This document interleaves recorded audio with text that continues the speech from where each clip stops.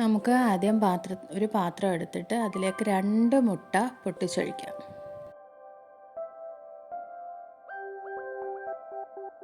അതിനുശേഷം നമുക്ക് ഇതിലേക്ക് അരിഞ്ഞു വെച്ചിരിക്കുന്ന 2 പച്ചമുളക് എരിവിനാവശ്യമായിട്ടുള്ളത് ഇട്ട് കൊടുക്കാം.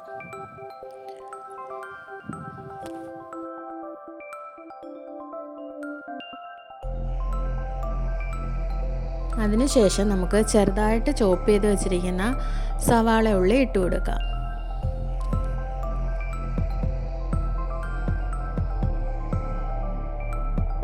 അതിനുശേഷം നമുക്ക് ചെറുതായിട്ട് അരിഞ്ഞു വെച്ചിരിക്കുന്ന മല്ലിയില കൂടെ അതിൻ്റെ കൂട്ടത്തിൽ ഇട്ട് കൊടുക്കാം.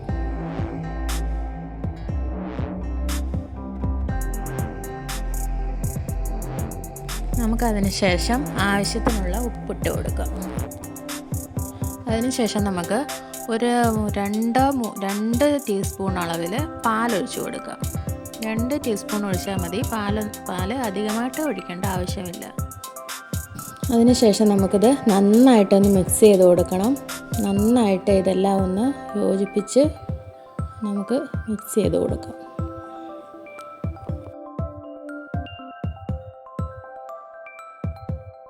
അതിനുശേഷം നമുക്ക് ഫ്ലെയിം ഓണാക്കി ഒരു പാൻ അടുപ്പിൽ വെച്ച് ചൂടാകുമ്പോൾ നമുക്ക് ഒരു ശകലം ബട്ടർ ഇട്ട് കൊടുക്കാം. ബട്ടറോ നെയ്യോ ആയാലും മതി.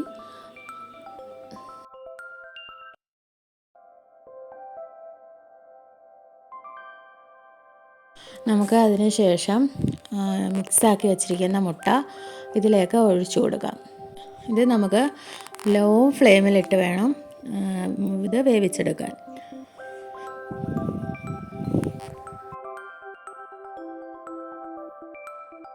അടുത്തായിട്ട് നമുക്ക് വട്ടത്തിൽ അരിഞ്ഞു വെച്ചിരിക്കുന്ന തക്കാളി ഇതിലേക്ക് വെച്ച് കൊടുക്കാം.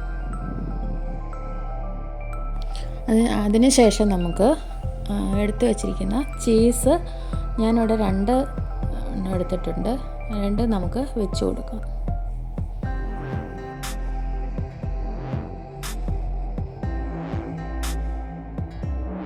അതിന് ശേഷം ഇത് ചീസ് നമ്മൾ ഉള്ളിലാക്കി മടക്കി നന്നായിട്ട് ലോ ഫ്ലെയിമിലിട്ട് വേവിച്ചെടുക്കാം.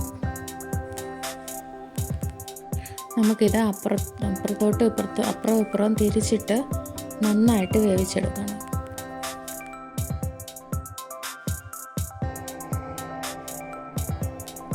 നന്നായിട്ട് വെന്ത് വന്നിട്ടുണ്ട്. നമുക്കിനി ഇത് പ്ലേറ്റിലേക്ക് മാറ്റാം. കണ്ടില്ലേ, കുട്ടികൾക്കൊക്കെ വളരെ ഇഷ്ടപ്പെടുന്ന രീതിയിലുള്ള ഒരു ചീസ് ഓംലെറ്റാണ് നമ്മളിപ്പോൾ തയ്യാറാക്കിയത്. എല്ലാവരും സബ്സ്ക്രൈബ് ചെയ്ത് സപ്പോർട്ട് ചെയ്യണം. Thank you.